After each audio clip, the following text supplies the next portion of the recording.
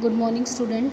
हम लोगों ने अपना स्टार्ट कर लिया था सेकंड सेम का फर्स्ट चैप्टर। अब हम इसका थर्ड डिसीज़न पढ़ेंगे। 2 डिसीज़न हम पढ़ चुके थे, investment decision and financing decision. अब हम अपना थर्ड डिसीज़न पढ़ेंगे, डिविडेंड डिसीज़न। डिविडेंड आप सब लोगों को पता है कि डिविडेंड क्या होता है, लाभों का हिस्सा जो शेयर होल्डर्स को दिया जाता है, ठीक है ना। इसको लाभांश निर्णय कहते हैं हिंदी में। तो डिविडेंड डिसीजन क्या है, जैसे एक कंपनी अगर प्रॉफिट अर्न करती है तो उस प्रॉफिट पे राइट किसका होता है, शेयर होल्डर्स का होता है। तो हर शेयर होल्डर्स को उस प्रॉफिट का छोटा छोटा पार्ट दिया जाता है। उस छोटे पार्ट को क्या कहा जाता है, डिविडेंड कहा जाता है।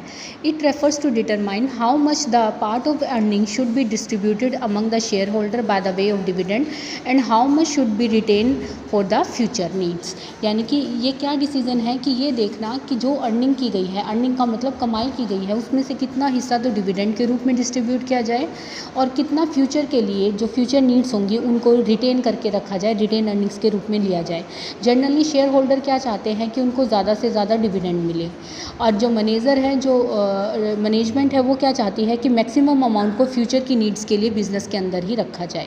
फाइनेंशियल मैनेजर को एक ऐसा डिसीजन लेना पड़ता है जो दोनों को बैलेंस करे, जिससे शेयर होल्डर्स भी क्या हो जाएं, सेटिस्फाई हो जाएं, और जिससे फ्यूचर नीड्स को भी क्या किया जा सके, पूरा किया जा सके। तो ये डिसीजन आपका क्या कहलाता है, डिविडेंड डिसीजन कहलाता है।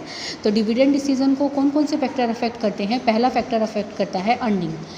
पहले कमाई होगी उसके बाद ही तो डिसीजन लिया जाएगा ना। तो dividend is paid out of the present and reversed profit, therefore greater amount of total profit will be ensure greater dividend. जितना ज़्यादा अर्निंग होगी उतना ज़्यादा डिविडेंड दिया जा सकता है। स्टेबिलिटी ऑफ अर्निंग, स्टेबिलिटी का मतलब होता है स्थिरता। अब कुछ अगर कंपनी कोई ऐसी है जिसकी एक साल प्रॉफिट हो रहा है, दूसरे साल उसको नहीं हो रहा, तीसरे साल हो रहा है, चौथे साल भी नहीं हो रहा, तो अगर उसकी अर्निंग में स्टेबिलिटी नहीं है, स्टेबिलिटी का मतलब अगर एक साल अर्निंग उसकी 10% या 15% हो रही है, दूसरे साल उसकी अर्निंग डिक्लाइन हो रही है, तो स्टेबिलिटी होना ज़रूरी है। स्टेबिलिटी है तो ज़्यादा डिविडेंड दिया जा सकता है। अगर स्टेबिलिटी नहीं है, वाइस वर्सा का मतलब होता है इसका उल्टा, अगर स्टेबिलिटी नहीं है तो डिविडेंड को थोड़ा सा रिजर्व करके देना पड़ेगा। Stability of dividend, every company adopt the policy of maintaining the stability of dividend per share. देखो कंपनी कौन सी पॉलिसी अडोप्ट करती है कि डिविडेंड पर शेयर मेंटेन रहे, क्योंकि जितना ज़्यादा कंपनी डिविडेंड जब भी डिक्लेयर करती है कोई भी कंपनी, तो उसका इफेक्ट उसकी मार्केट प्राइस पर पड़ता है, ठीक है ना, मार्केट प्राइस पर पड़ता है शेयर्स का। अगर क्या किया जाता है, इन केस नो डिविडेंड अगर डिक्लेयर किया जाएगा तो मार्केट प्राइस क्या हो जाएगा, कम हो जाएगा। It always good if dividend is remain stable और इंक्रीज। अच्छा क्या रहता है, डिविडेंड स्टेबल रहे और इंक्रीज रहे। From this point little change in profit should not be allowed any increase और डिक्रीज इन द डिविडेंड। अगर प्रॉफिट में थोड़ा सा भी चेंज हुआ है तो ज़रूरी नहीं है कि कंपनी अपने डिविडेंड को इंक्रीज या डिक्रीज करे। तो स्टेबिलिटी रहनी चाहिए डिविडेंड के अंदर। ग्रोथ अपॉर्चुनिटीज़, अगर कंपनी को ऐसा लगता है कि कंपनी के पास फ्यूचर की ग्रोथ अपॉर्चुनिटीज़ ज़्यादा है, यानी कि फ्यूचर में उन्नति करने के चांसेस ज़्यादा हैं, तो उस ग्रोथ के लिए उसको पैसा चाहिएगा, तो बेटर डिसीजन क्या रहेगा कि कम डिविडेंड दिया जाए और ज़्यादा से ज़्यादा पैसा रिटेन करके रखी जाए अर्निंग, ताकि फ्यूचर नीड्स को सेटिस्फाई किया जा सके। Cash flow position, cash flow position dividend decision को बहुत ज़्यादा प्रभावित करती है। क्यों भाई, क्योंकि ये क्या होगा कि जो डिविडेंड है वो कैश में दिया जाता है। जब भी डिविडेंड डिक्लेयर किया जाता है विदिन 5 डेज़ बैंक अकाउंट में ट्रांसफ़र करना होता है वो डिविडेंड। तो अगर कंपनी के पास कैश सफिशेंट है तो वो डिविडेंड डिक्लेयर कर सकती है, लेकिन अगर कंपनी के पास कैश फ्लो पोजीशन अच्छी नहीं है तो उसे अपना देख समझ कर ही डिविडेंड डिसीजन लेना चाहिए। The better cash flow position of the company the better will be capacity of company to pay dividend. अगर उसकी कैश फ्लो पोजीशन अच्छी है तो वो डिविडेंड को ज़्यादा पे कर सकती है। The cash flow position of the company is factor to determine the dividend decision. अगर कैश फ्लो पोजीशन सफिशेंट नहीं है तो वो डिविडेंड इतना ज़्यादा डिक्लेयर नहीं कर सकती। फिर share holder preference, share holder preference का मतलब क्या होता है, कुछ शेयर होल्डर किस पर्पज़ से इन्वेस्ट करते हैं कि उनको सम रेगुलर इनकम होती रहे, यानी कि हर साल उनको डिविडेंड के रूप में इनकम मिलती रहे।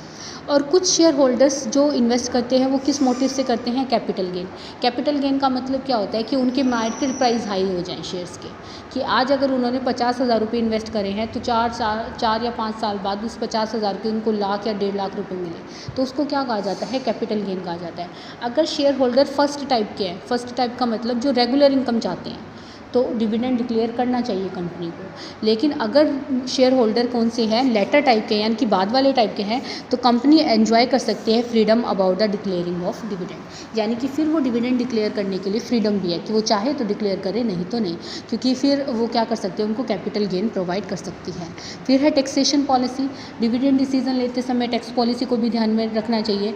अगर टैक्स रेट क्या है, dividend is higher, would be better to declare less dividend. अगर टैक्स रेट हाई है तो कम डिविडेंड डिक्लेयर करना चाहिए, और टैक्स रेट क्या है, कम है, तो उनको ज़्यादा डिविडेंड डिक्लेयर करना चाहिए। Share holder of dividend income is tax free, for this angel share holder like to get higher dividend, क्योंकि अब ये इनकम क्या हो गई है, टैक्स फ्री हो गई है, तो वो क्या चाहते हैं, शेयर होल्डर हायर डिविडेंड चाहते हैं। Stock market reaction. Stock market reaction का मतलब क्या है कि डिविडेंड जब डिक्लेयर किया जाएगा तो स्टॉक मार्केट कैसा रिएक्ट करेगी। स्टॉक मार्केट जैसे ही डिविडेंड डिक्लेयर होता है, कुछ ना कुछ शेयर मार्केट रिएक्ट करते हैं। If the dividend is declare at a higher rate, it is consider to be good news. As a result price share क्या हो जाते हैं, हाई हो जाते हैं। और अगर डिविडेंड डिक्रीज़ होता है तो मार्केट प्राइस भी शेयर्स का क्या हो जाता है, डिक्रीज़ हो जाता है। Therefore, financial manager should always keep in the mind the effect of the price share while determining the rate of the dividend. ठीक है। Access to the capital market. In case need of company can easily collect finance from capital market. अगर company को ऐसा लगता है कि future में उसे पैसे की ज़रूरत है और वो कैपिटल मार्केट से आसानी से पैसा ले सकती है, तो उसे अब की टाइम डिविडेंड डिक्लेयर कर देना चाहिए। ठीक है। तो ये इतने पॉइंट आपको मैंने 9 पॉइंट करा दी, बहुत होंगे क्योंकि 6 ही पॉइंट आप लोगों को इसमें से लर्न करने हैं। फिर है आपका पॉइंट आता है objective of financial manager. Financial management का क्या ऑब्जेक्टिव होता है, फाइनेंशियल मैनेजमेंट के क्या उद्देश्य हैं। तो फाइनेंशियल मैनेजमेंट का ऑब्जेक्टिव जो है वो देखिए क्या है। Objective of financial management are directly related to the fact that what should be uppermost in the mind of the financial manager while taking a 3 financial decision, namely investment decision और dividend decision. यानी कि financial manager हमेशा अपने उद्देश्य को ध्यान में रखता है जब ये 3 तरह के डिसीजन लेता है। तीनों तरह के डिसीजन आपको समझ में आ ही गए हैं। इन्वेस्टमेंट डिसीजन की करंट एसेट्स में कितना इन्वेस्ट किया जाए, फिक्स एसेट्स में कितना इन्वेस्ट किया जाए। ठीक है। डिविडेंड डिसीजन आपने पढ़ा ही है। और फाइनेंसिंग डिसीजन ये देखना होता है कि हमें डेब्ट कैपिटल को ज़्यादा यूज़ करना है या शेयर होल्डर कैपिटल को ज़्यादा यूज़ करना है। Obviously should be concentrate on serving the interest of the owners of the business of maximization extent. In short, objective of financial management should be maximum the wealth of the owner of the business of maximum extent. यानी कि जो management का financial management का objective होता है वो क्या होता है, जो उसके ओनर है उसकी वेल्थ को क्या करना, मैक्सिमाइज़ करना, उसकी वेल्थ का मैक्सिमाइजेशन करना। वेल्थ मैक्सिमाइजेशन का मतलब क्या है, जो उसके शेयर होल्डर हैं उनकी वैल्यूज़ को बढ़ाना, उनके शेयर की वैल्यू को क्या करना, इंक्रीज़ करना। तो ये इनका पहला उद्देश्य होता है। तो आपको सबसे पहले जो वर्ड सीखना है वो क्या सीखना है, wealth maximisation.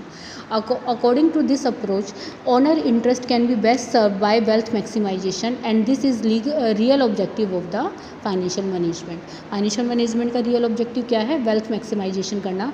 Wealth maximisation means increase the capital invested in the business by the share holder. और market price of share is the index of the capital invested. ज़्यादा से ज़्यादा मार्केट प्राइस अगर इंक्रीज़ होगा तो अपने आप शेयर होल्डर की वेल्थ क्या हो जाएगी, मैक्सिमम हो जाएगी। If market price is share increase, it can be said that capital invested by the share holder are appreciating. क्योंकि देखो मार्केट प्राइस का मतलब क्या है, जैसे फॉर एग्जांपल मैं खुद का शेयर, अब आप शेयर्स का चैप्टर भी पढ़ रहे हैं अपने अकाउंट्स में भी, तो मैंने अपना खुद का एक शेयर लिया है मैंने लिया था उस कंपनी का शेयर 100 रुपये में। आज उसका मार्केट प्राइस हो गया 200 रुपये, तो मुझे क्या हो रहा है, उसका बेनिफिट मिल रहा है। तो ये क्या कहलाएगी, शेयर होल्डर के लिए वेल्थ मैक्सिमाइजेशन कहलाएगी। अगर मार्केट प्राइस कम हो जाता है तो इसका एडवर्स इफेक्ट पड़ता है उनकी वेल्थ के लिए। तो शेयर होल्डर की करंट वेल्थ कैसे निकालोगे, जितने उसके पास शेयर है multiply market price. For example एक पर्सन के पास XYZ लिमिटेड के 100 शेयर है 100 रुपीज़ के अकॉर्डिंग, तो उसकी वेल्थ क्या हो जाएगी आपकी यहाँ पर 10,000 हो जाएगी। अगर मान लीजिए वही मार्केट प्राइस 120 हो जाएगा तो अब उसकी वेल्थ कितनी हो जाएगी, 12,000 हो जाएगी। तो 2,000 से उसकी वेल्थ क्या हो गई है, इंक्रीज़ हो गई है। यहीं अगर मार्केट प्राइस 80 रुपये आ गया तो उसकी वेल्थ कितनी हो जाएगी, 8,000 हो जाएगी। तो अब उसकी वेल्थ क्या हो जाएगी, डिक्रीज़ हो जाएगी। तो कंपनी का मैनेजमेंट का जो ऑब्जेक्टिव है वो क्या करना, वेल्थ मैक्सिमाइजेशन करना, उसका मेन फाइनेंशियल मैनेजमेंट का ऑब्जेक्टिव होता है। Question arises what step should be taken to finance manager to raise the market price of the company of the share. यानी कि फाइनेंशियल मैनेजर ने कैसे डिसीजन ले जिससे कि कंपनी का मार्केट प्राइस अच्छा हो। तो 3 तरह के ऑप्टिमम डिसीजन लेने चाहिए। ऑप्टिमम का मतलब आपको पता ही है कि ऑप्टिमम का मतलब होता है पूर्णतः। ऑप्टिमम इन्वेस्टमेंट डिसीजन लेना, ऑप्टिमम फाइनेंसिंग डिसीजन लेना और ऑप्टिमम डिविडेंड डिसीजन लेना। इट मीन्स ऐसा डिसीजन लेना चाहिए जो कि मोर प्रॉफिटेबल हो इन्वेस्टमेंट से रिलेटेड। फाइनेंसिंग डिसीजन से मतलब क्या है, मिक्स करना चाहिए डेब्ट कैपिटल और शेयर कैपिटल को, ताकि कॉस्ट ऑफ कैपिटल क्या की जा सके, मिनिमम की जा सके। और डिविडेंड डिसीजन का मतलब क्या है, total profit of company should be distributed to share holder to such a वो सेटिस्फाई फील करें और सेम टाइम पर उनको फ्यूचर के लिए रिजर्व भी बनाना। यानी कि तीनों ही डिसीजन उसको बेहतर लेने चाहिए ताकि जो शेयर होल्डर हैं उनकी वेल्थ मैक्सिमाइजेशन भी की जा सके। अब कल की वीडियो में हम पढ़ेंगे फाइनेंशियल प्लानिंग, फिर ये कल चैप्टर हम करेंगे पूरा, ठीक है।